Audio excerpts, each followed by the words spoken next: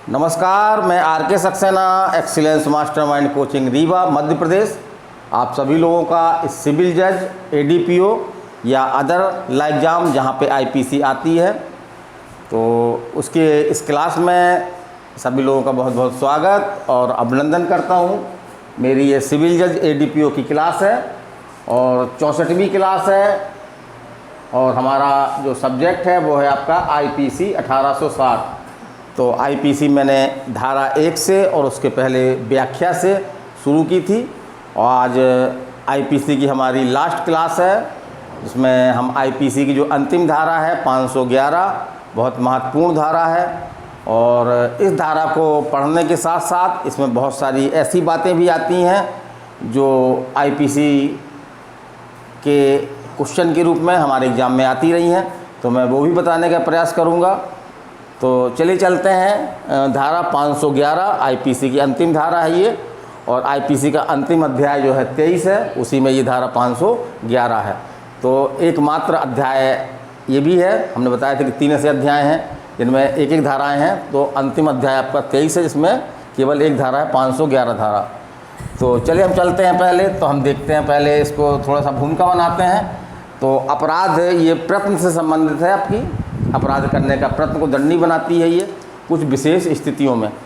चलिए हम पहले बात करते हैं कि अपराध के चरण कौन कौन से होते हैं। तो अपराध के चरण कौन कौन से होते हैं। कोई व्यक्ति अगर अपराध करना चाहता है, जैसे हम कोई अपराध करना चाहते हैं तो हम क्या क्या करेंगे। तो पहले तो हम क्या करेंगे, चिंतन करेंगे, है ना। मन में हमारे विचार आएगा कि हमको जो है किस तरह से अपराध करना है, कैसे करना है ना, कि चलो अपराध किया जाए। फिर दूसरा है, अपराध करने के लिए हम कुछ तैयारी करेंगे। जैसे किसी की हमको हत्या करना है, तो हत्या काहे से करना है, रिवाल्वर से करना है, बंदूक से करना है, या किसी कुल्हाड़ी चाकू से करना है, तो हम क्या करेंगे, कुल्हाड़ी चाकू या उसकी क्या करेंगे, हम व्यवस्था करेंगे। तो ये आपका दूसरा प्रक्रम है। वो क्या आता है, आपका तैयारी। तो पहले मन में जो विचार आता है हमारा, वो इंटेंशन, आशय होता है। फिर दूसरा आपका जो है वो उस अपराध को करने के लिए जो ज़रूरी साधन होते हैं हम उसको इकट्ठा करते हैं, तो वो कहलाता है आपका तैयारी। फिर तैयारी के बाद जो है अपराध करने की दिशा में हम जो है वो कुछ कार्य करते हैं, है ना, या हम अपराध करने की दिशा में जाते हैं, लेकिन किसी कारण से हम जो है अपराध करने में सफल नहीं हो पाते, तो वो प्रयत्न है आपका। और यदि हम सफल हो जाते हैं तो फिर क्या होता है, चौथा आपका, है ना, अपराध जो है वो पूर्ण हो जाता है, हमने अपराध की पूर्णता। तो ये 4 प्रक्रम है। तो अभी हम देखते हैं। तो आशय जो है वो दंडनीय नहीं है। तो एक बात ध्यान में रखिए आप कि हम कितना ही बुरा से बुरा आशय बना लें, हम बना लें कि हमको फलाना बैंक लूटना है, हम मन में बना लें इस तरह से, तो ये हमारी दंडनीय नहीं है। फिर दूसरा प्रक्रम क्या आता है आपका, दूसरा प्रक्रम क्या है, तैयारी, है ना। तो तैयारी भी जो है वो समानतः दंडनीय नहीं है, कुछ स्थितियों को छोड़ करके, क्योंकि तैयारी से जो है वो हमारे समाज को कोई नुकसान नहीं होता है ना, और अपराध की दिशा में कोई प्रयास भी नहीं है। और विधि ये भी कहती है कि अगर हम तैयारी को दंडनीय बना देंगे तो ऐसी स्थिति में क्या है कि बहुत सारे अपराध हमको बनाने पड़ेंगे। और कोई व्यक्ति जो है तैयारी कर रहा है तो ज़रूरी नहीं कि वो अपराध करे, हो सकता है उसका मन जो है वो बदल जाए कि चलो हम अपराध हम नहीं करते हैं। हमने किसी को मारने के लिए जो है वो हम कट्टा ज़रूर ले आए, है ना, फिर हमारा विचार आया कि अरे यार रहने दो, बेचारा के लड़के बच्चे हैं, उसको दिक्कत होगी, पाप भी पड़ेगा हमको, चलो हम नहीं मारते हैं। तो हम तैयारी से क्या होता है कि हमको वापस होने का अवसर मिलता है, तैयारी से हमको जो है वापस होने का अवसर मिलता है। और तो इसको हमने एक सिद्धांत है, एक सूक्त है आपका लैटिन भाषा का, लोकस पेनिनसिया, लोकस पेनिनसिया, है ना। तो ये एक लैटिन सूत्र है और इसका मतलब ये है कि अपराध करने से पहले अपने को वापस लेने का अवसर। तो इसी सिद्धांत के आधार पर जो है वो तैयारी को दंडनीय नहीं बनाया गया है। इसी सिद्धांत के आधार पर तैयारी को दंडनीय नहीं बनाया गया, क्योंकि तैयारी एक ऐसा प्रक्रम है कि अभियुक्त चाहे तो वहाँ से अपना मन बदल दे कि चलो भाई हमको अपराध नहीं करना है, तो अपराध नहीं होगा। अगर हम तैयारी को दंडनीय बना देंगे तो फिर क्या होगा कि बहुत सारे अपराध हो जाएंगे, मामलों की संख्या बहुत ज़्यादा बढ़ जाएगी, है ना। तो एक वापस होने का अवसर देना चाहिए, यही आपका सिद्धांत बोलता है, लोकस पेनेंसिया, है ना, लोकस पेनेंसिया जो आपका लैटिन सूत्र है वो यही है। तो कभी कभी एग्जाम में ये पूछा गया है कि लोकस पेनेंसिया किससे संबंधित है, तो ये जो है वो अपराध की तैयारी संबंधित है। ये क्या कहता है कि अपराध की तैयारी को दंडनीय नहीं बनाना चाहिए, ताकि लोगों को, अपराधी को जो है वो वापस होने का अवसर मिल जाए कि चलो भाई अपराध की तैयारी तो कर ली हमने, अब हम आगे अपराध करने की दिशा में काम नहीं करेंगे, हम चलिए वापस हो जाते हैं। तो एक प्रकार सुधरने का अवसर देता है ये। तो ये किससे संबंधित है? ये आपका जो है वो अपराध की तैयारी संबंधित है। तो ये क्वेश्चन एग्जाम में आया है आपको यूपीपीसीएस जे में कि लोकस फेंसिया जो है वो किससे संबंधित है? तो ये संबंधित है तैयारी करने के प्रयत्न को दंडनीय न बनाने से। लेकिन हम अपनी आईपीसी देखते हैं तो एक बात निकल के आती है कि तैयारी यद्यपि दंडनीय नहीं है, लेकिन कुछ ऐसे मामले होते हैं जहाँ पे तैयारी को जो है वो दंडनीय बनाया गया है।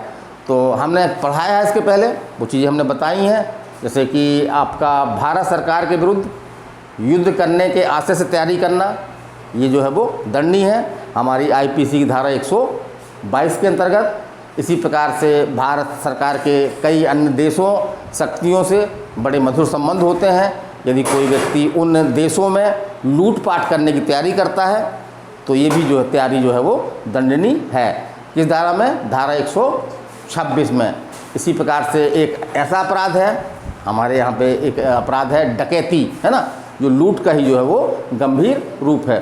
तो डकैती की तैयारी करना भी जो है वो अपराध माना गया है। किस धारा माना गया है? धारा 399, धारा 399 में जो है वो डकैती की तैयारी को दंडनीय बनाया गया। तो अगर कहीं क्वेश्चन आता है आपका इस तरह से कि तैयारी सदैव दंडनीय है, कुछ मामलों को छोड़कर दंडनीय नहीं है, तो क्या सही है? तैयारी जो है वो कुछ मामलों को छोड़ करके, कुछ अपवादों को छोड़ करके दंडनीय नहीं है।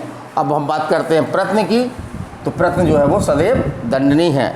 चलिए हम आपकी धारा, अंतिम धारा 511 आईपीसी पे चलते हैं। तो धारा 511 क्या बोलती है?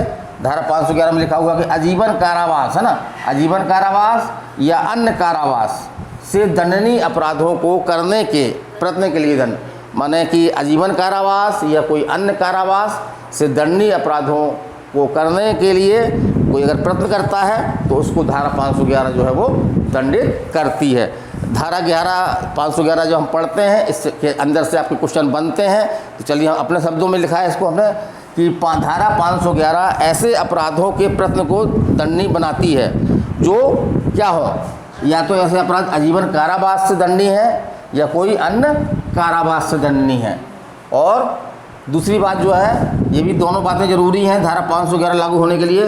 दूसरी बात क्या है कि ऐसे अपराधों के प्रयत्न के लिए, है ना, जो हमारी संहिता है भारतीय दंड संहिता 1860, उसमें कोई अलग से प्रयत्न का दंडित ना किया गया हो, माने अलग से कोई प्रयत्न को दंडित करने का प्रावधान ना हो। तो हम आईपीसी में देखते हैं तो कुछ ऐसे अपराध मिलते हैं हमको जहाँ पे अपराध और प्रयत्न दोनों को दंडनीय बना दिया गया है। कुछ ऐसे मिलते हैं कि आगे आने वाली धारा में, किसी धारा में आपने अपराध की परिभाषा दी और उसकी आगे वाली धारा में हमने क्या किया, उसके लिए दंड का प्रावधान किया, माने उसके प्रयत्न के दंड का, है ना, उसके प्रयत्न का दंड का। लेकिन बहुत सारे ऐसे अपराध हैं जो अपराध के रूप में दंडित हैं, लेकिन उनका प्रयत्न जो है वो दंडनीय कहीं अलग से नहीं बनाया गया है। तो वहाँ पे हमारी कौन सी धारा लागू होगी? हमारी धारा जो है वो 511 लागू होगी। अब हम बात करते हैं कि दंड किस प्रकार दिया जाएगा। यदि कोई धारा 511 मामला आता है, प्रयत्न का मामला आता है, तो उसके लिए दंड क्या होगा? तो हम देखते हैं, तो अगर आजीवन कारावास का अपराध है, माने जिस अपराध का प्रयत्न किया गया है, यदि उसकी सज़ा क्या है, आजीवन कारावास है, तो उसका आधा। और आजीवन कारावास का जो साधारण मतलब होता है, जैसा कि माननीय उच्चतम न्यायालय ने कई मामलों में स्पष्ट किया है कि मृत्यु तक कारावास में रहना। आजीवन कारावास का क्या मतलब है? जीवन पर्यंत कारावास में रहना। लेकिन हमने इसके पहले आईपीसी में ही पढ़ा है कि यदि कहीं पे हमको आजीवन कारावास को भिन्न के रूप में तोड़ना है अगर हमको, तो फिर उन अर्थों में आजीवन कारावास का क्या मतलब माना जाएगा? तो क्या माना जाएगा? 20 वर्ष तक का कारावास, 20 वर्ष तक का कारावास। तो आजीवन कारावास का हम आधा कैसे करेंगे? तो 20 वर्ष का आधा कितना हो जाएगा आपका? 10 हो जाएगा। तो इस तरह से आजीवन कारावास का अपराध का कोई प्रयत्न करता है तो उसको दंड क्या होगा? 10 वर्ष तक का दंड होगा। या कोई अन्य कारावास है,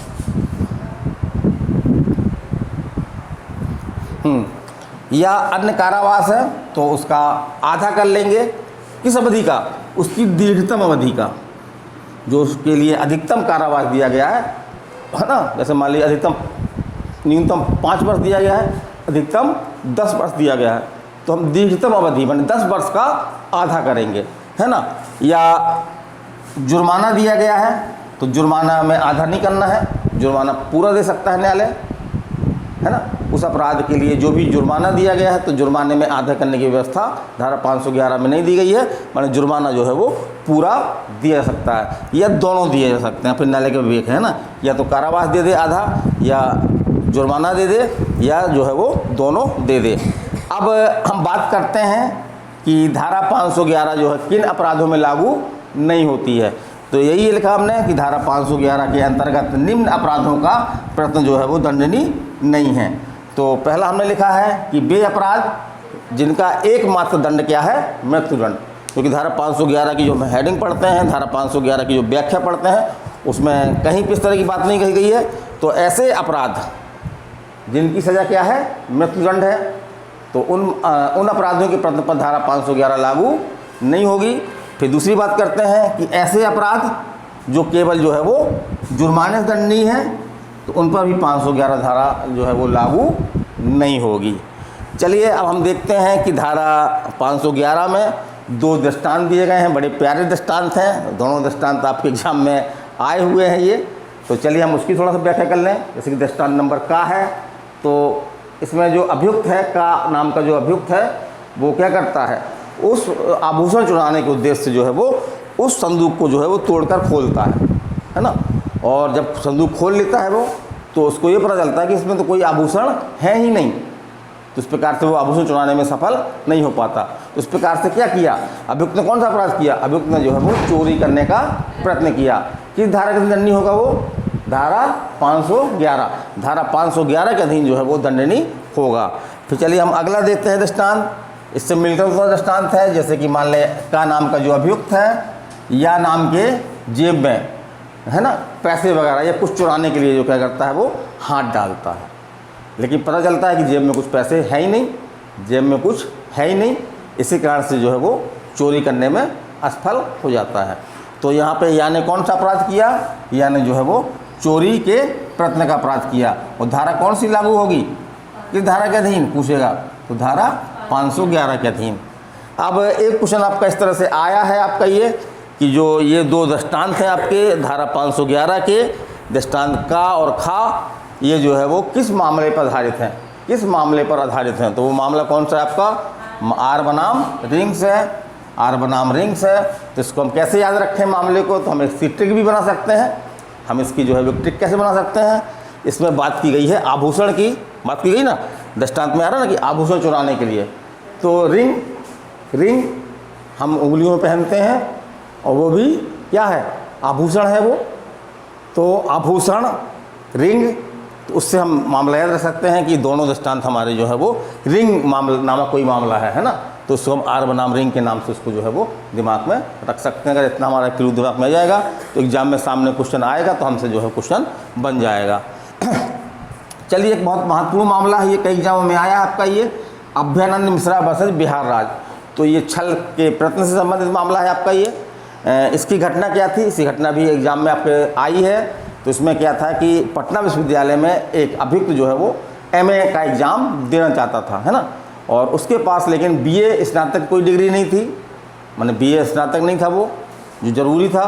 और अपने आप को वो एक स्कूल का जो है वो अध्यापक शो करता है कि मेरे पास जो है वो अध्यापक के रूप में अनुभव भी है, और वो अनुमति के लिए आवेदन कर देता है ना। तो लेकिन इसी दौरान जो है बीच में विश्वविद्यालय को ये जानकारी हो जाती है कि इसके ना तो ये स्नातक है, ना ही जो है वो ये पात्रता परीक्षा पास किया है, माने अध्यापक के रूप में अनुभव इसके पास। इसने दोनों डॉक्यूमेंट जो हैं वो कैसे बनवाए हैं, फर्जी बनवाए हैं, फर्जी दोनों डॉक्यूमेंट लगाए हैं। तो इसके आधार पर इसको परीक्षा देने की अनुमति नहीं दी जाती है। अब इसमें अभियुक्त जो है वो किस अपराध का दोषी होगा, तो अभियुक्त अगर परीक्षा देने की अनुमति मिल जाती, वो परीक्षा दे लेता, तो यहाँ पे कौन सा अपराध होता, छल होता। लेकिन चूंकि उसको परीक्षा देने की अनुमति नहीं मिली, है ना, लेकिन मिल सकती थी, उसने तो पूरे कदम उठा दिए थे अपनी तरफ से, तो उसने क्या किया, कौन सा अपराध किया, छल करने के प्रयत्न का अपराध किया। तो उसमें छल करने के प्रयत्न से संबंधित है। तो कभी कभी ऐसा क्वेश्चन भी आता है कि अभयानंद मिश्रा बिहार राज्य का मामला किससे संबंधित है, तो छल करने के प्रश्न संबंधित है। ये किससे संबंधित है? तो केवल प्रश्न से संबंधित है। फिर चलिए हम बात करते हैं यहाँ पे प्रश्न एवं तैयारी में क्या अंतर है। प्रश्न एवं तैयारी में क्या अंतर है? तो कई अंतर है, जैसे कि हमने यहाँ लिख रखा है अपराध के चरण में, तो दूसरा काम जो है वो तैयारी ही होता है। पहला काम विचार करना, दूसरा काम तैयारी करना, जबकि प्रश्न जो है वो तीसरा चरण है ना। तो एक अंतर तो यही है कि अपराध करने की दिशा में जो है वो तैयारी दूसरा चरण है और प्रश्न जो है वो तीसरा चरण है। फिर दूसरा अंतर ये हो सकता है कि तैयारी जो है वो कुछ स्थितियों को छोड़ करके दंडनीय नहीं है, जबकि प्रश्न जो है वो सदैव दंडनीय है। प्रश्न जो है वो सदैव दंडनीय है। अब हमको यहाँ पे एक अंतर ये करना है कि टेक्निकल दृष्टि से तैयारी और प्रश्न में क्या अंतर है। तो यदि हम किसी अपराध की कोई तैयारी कर लेते हैं और फिर अपराध करने की दिशा में हम जो है वो अगला कदम बढ़ाते हैं और किसी कारण से हम जो है वो अपराध करने में सफल नहीं हो पाते हैं, तो ये चीज़ जो क्या आएगा, ये क्या बनेगा आपका, बीच का क्या बनेगा, ये आपका क्या है, ये प्रश्न है। ये क्या है आपका, ये प्रश्न है। तो भैया लिख रखा हमने कि तैयारी के बाद अपराध किए जाने की दिशा में कोई कार्य जो कुछ कारणों से, है ना, तो कुछ बहुत सारे कुछ कारण हो सकते हैं, कुछ टेक्निकल कारण हो सकते हैं, है ना, या मान लीजिए कि हमने किसी पे गोली चलाई लेकिन हम उतने अच्छे निशानेबाज नहीं थे, हमारा निशाना जो है वो चूक गया, तो ये अभियुक्त की अयोग्यता के आधार पर जो है वो निशाना चूक जाने के कारण से हत्या नहीं हो पाई, तो क्या हो गया, ये प्रश्न हो गया, क्योंकि अभियुक्त ने तो पूरा काम अपना कर दिया था। तो कुछ कारणों से अपराध को पूर्णता प्रदान करने में जो है वो सफल नहीं हो पाता, तो यही जो है क्या कहलाएगा, ये अपराध का प्रश्न कहलाएगा। यही चीज़ क्या कहलाएगी, आपकी अपराध का प्रश्न कहलाएगी। चलिए हम इसमें एक सिद्धांत है, बहुत महत्वपूर्ण सिद्धांत है, वो है आपके असंभाव्यता। असंभाव्यता का सिद्धांत, इसे जो है वो क्वीन वर्सेस कॉलिन्स के मामले में प्रतिपादित किया गया। तो ये क्वेश्चन बन सकता है आपका, लेकिन ये सिद्धांत जो है वो हमारी धारा 511 में लागू नहीं होता है। तो इसमें ये कहा गया है कि यदि अपराध करना असंभव है तो ऐसे अपराधों का प्रश्न नहीं किया जा सकता। यदि अपराध करना असंभव है तो ऐसे अपराधों का प्रश्न जो है वो नहीं किया जा सकता। जैसे एग्जाम्पल के लिए ले लें हम कि किसी महिला का गर्भपात करने के लिए हम जो है उसको गर्भपात करने की गोली देते हैं, है ना, और बाद में पता चलता है कि वो महिला गोली खा लेती है, लेकिन गर्भपात क्यों नहीं हो पाता, क्योंकि वो गर्भवती थी ही नहीं, तो इस प्रकार से असंभव है ये भाई, अपराध तो पूर्ण हो ही नहीं सकता था, क्योंकि गर्भपात होता ही नहीं, क्योंकि वो गर्भवती थी ही नहीं। तो क्या वो प्रश्न दंडनीय होगा? तो ये धारा इस मामले में कहा गया कि ऐसे मामलों में जो है प्रश्न को दंडनीय नहीं बनाना चाहिए। लेकिन ये बात बीते समय की बात है, अब ना तो इसको आंगल विधि में ना ही भारतीय विधि में अपनाया जाता है। जैसे जो हमारे दृष्टांत दिखते हैं, तो इसमें जैसे कि आपका ये वाला है कि संदूक तोड़ करके आभूषण चुराया जाता है ना, और संदूक में आभूषण है ही नहीं, तो ये अपराध तो पूरा होता ही नहीं, है ना। तो एक प्रकार से असंभव था, अभियुक्त के लिए ये अपराध करना क्या था, असंभव था, क्योंकि उसमें तो आभूषण थे ही नहीं। तो ये सिद्धांत भारत में भी लागू नहीं होता है। और यदि हमने अपराध दिशा में कोई प्रयत्न कर लिया और किसी कारण से, है ना, या तो हमारी योग्यता के कारण से या किसी अन्य कारण से यदि अपराध पूर्ण नहीं हो पाता है तो वो कहलाता है अपराध करने का प्रयत्न। हमने बताया कि अपराध करने का प्रयत्न जो है वो सदैव दंडनीय होता है, या तो किसी अलग धारा में होगा, और यदि किसी अलग धारा में प्रावधान नहीं है तो फिर कौन सी धारा में लागू होगा, आपका धारा 511 में होगा। और यहाँ पे हमने एक एग्ज़ाम में आए हुए क्वेश्चन ले रखा है, इसी संबंधित है आपका वो। तो क्वेश्चन क्या है आपका कि बा के घर में, है ना, बा के घर में जो है वो चोरी करने के आशय से क्या करता है, प्रवेश करता है। बा के घर में चोरी करने के आशय से जो क्या करता है, प्रवेश करता है, परंतु उसकी दरिद्रता, जब वो घर के अंदर प्रवेश करता है तो देखता है भाई जिसके घर हम चोरी करने के लिए घुसे थे ये तो बहुत दरिद्र गरीब व्यक्ति है ना, इसके पास तो खाने के लिए नहीं है। तो उसकी इस दरिद्रता से जो है वो क्या हो जाता है, द्रवित हो जाता है, और उल्टा क्या करता है, गए थे चोरी करने कि कुछ चुरा लाएंगे, उल्टा क्या करता है कि 100 रुपये का नोट जो है वो उसके घर में छोड़े आता है कि जब वो व्यक्ति आएगा तो उसको 100 रुपये का नोट मिलेगा तो उसका कुछ काम चल जाएगा। तो यहाँ पे क्या कोई अपराध हुआ, ये आपके एग्जाम में क्वेश्चन आया है, तो यहाँ पे जो है वो अपराध हुआ। अपराध कौन सा हुआ, क्योंकि चोरी तो नहीं की उसने, है ना, तो चोरी का प्रयत्न हुआ, और चोरी का प्रयत्न जो है वो कहीं अलग से दंडनीय नहीं है, तो क्या होगा, धारा 511 के अधीन उसको दंडित किया जाएगा। तो ये हमारी आईपीसी की अंतिम क्लास थी, 64 क्लास है, और हमारी ये इसी यूट्यूब चैनल में प्लेलिस्ट में अवेलेबल है, जिसको आप देख सकते हैं। और कल संडे है तो कल कोई क्लास नहीं लगा रहा हूँ।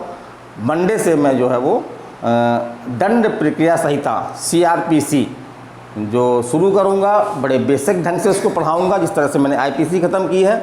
तो ऐसे सभी छात्र, बहुत सारे ऐसे हमारे पास छात्र संपर्क में थे कि सर कोई नया सब्जेक्ट शुरू करिएगा तो हमको बताइएगा। तो हमने जहाँ तक संभव है हमने लोगों को सूचना दे दी है, और इस वीडियो के माध्यम से भी मैं लोगों को सूचित कर रहा हूँ कि मंडे से जो है वो 4 से लेकर के करीब 5:30 बजे तक हमारी क्लास चलती है। तो कल मैं CRPC का जो है वो मेरा फर्स्ट टॉपिक होगा। तो यदि आप क्लास शुरू करना चाहते हैं तो आप आ सकते हैं। जहाँ तक फ़ीस के लिए बारे में पूछते हैं लोग, तो फ़ीस हमने बहुत ही मामूली रखी है। फ़ीस हमारी जो है वो मंथली फ़ीस है, 1000 रुपये जमा करके आप हमारी ऑफलाइन क्लास का मज़ा ले सकते हैं, लाभ ले सकते हैं। और नहीं तो आप हमारा अगर निःशुल्क लेना चाहते हैं, कहीं दूर हैं, हमारे पास नहीं आ सकते हैं, तो हमारी वीडियो बनेंगे सभी क्लासों के, तो आप वीडियो के माध्यम से उसका लाभ ले सकते हैं। दोनों में बस अंतर ये है कि इसमें जो बोर्ड में लिखने के दौरान बच्चों को और बहुत सारी चीज़ें बताई जाती हैं, और जब लिख लेते हैं तो लास्ट में बच्चों की उपस्थिति में ही जो है वो इसका हम वीडियो बनाते हैं। तो बच्चों का एक बार रिवीजन भी हो जाता है, और बच्चों को इसका जो है वो लाभ भी मिलता है, सब बच्चे बताते हैं हमसे। तो चलिए फिर मिलते हैं मंडे को 4 बजे। यदि आप लोग आना चाहें तो हमारी नई क्लास CRPC क्लास को फर्स्ट पीरियड से आप ज्वाइन कर सकते हैं। चलिए मैं RK सक्सेना अगले वीडियो तक विदाई लेता हूँ। नमस्कार, धन्यवाद।